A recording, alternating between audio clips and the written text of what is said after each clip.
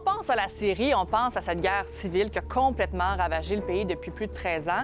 On imagine bien sûr des ruines, des bombardements, cette vague d'environ 40 000 réfugiés syriens qui est arrivée au Canada entre 2015 et 2016. La guerre civile a pris fin en 2024, mais comment se porte la Syrie aujourd'hui et comment cette guerre a-t-elle commencé? Bienvenue à Monde sous tension.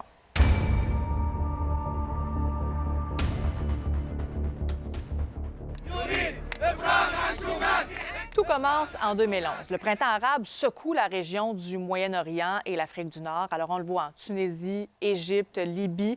Les peuples se soulèvent contre les dictateurs. We are making anything which will save our lives, but we will not run away. Et la Syrie ne fait pas exception. Les Syriens réclament plus de liberté, moins de corruption, la fin d'un régime autoritaire. Et le régime, eh bien, c'est celui de Bachar al-Assad, qui est au pouvoir depuis 2000.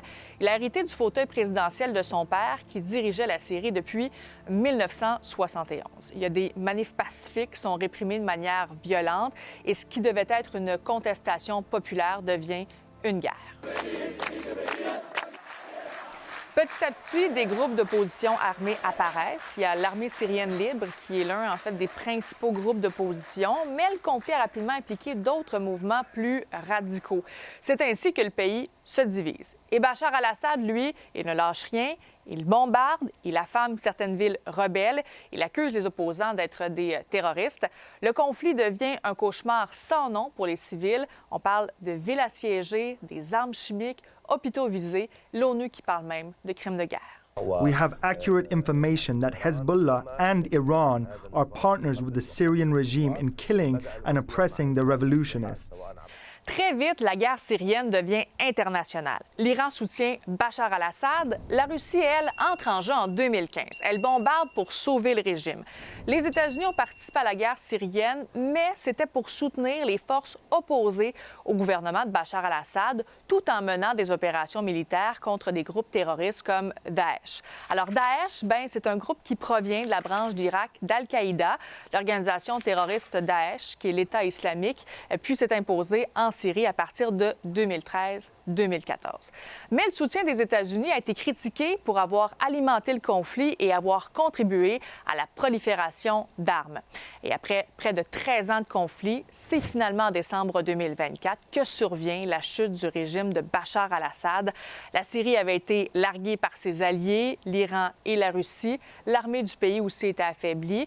Et ce sont finalement des rebelles syriens, l'Organisation de libération du Levant, qui ont mené des offensives éclairs pendant 2 semaines en prenant le contrôle de nombreuses grandes villes syriennes. C'est le 8 décembre 2024 que les forces rebelles ont pris Damas, c'est la capitale. Et ça a marqué la fin du règne de 54 ans de la famille Assad. Bachar al-Assad quitte alors le pays et s'exile en Russie. Le nouveau régime est appuyé par la Turquie, l'Arabie saoudite, par l'administration Trump et l'Union européenne.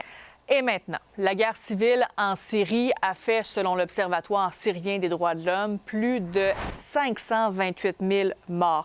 On parle également de dizaines de milliers de disparus et 13 millions de Syriens déplacés ou réfugiés. أكيد بشكل دائم إن شاء الله السنة الجاية راجعين على سوريا وعلى بلدنا وراح نروح نعمر بيتنا وراح نستقر استقرار كامل. Bien que le gouvernement ait été renversé, la situation reste fragile en Syrie.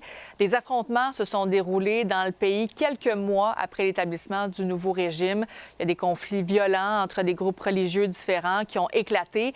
Le pays devient de plus en plus divisé et insatisfait des autorités en place. La situation en Syrie reste difficile et précaire. Il y a beaucoup de reconstruction à faire.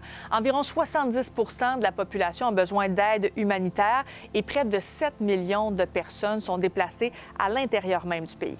So if we want people to be able to stay or to come back if they wish so, we have to support them in building the environment that would allow them to live and to live in a dignified way. Le risque d'attentats et d'enlèvement reste élevé dans le pays. Les Syriens auront donc besoin de beaucoup de courage pour passer à travers les prochaines années.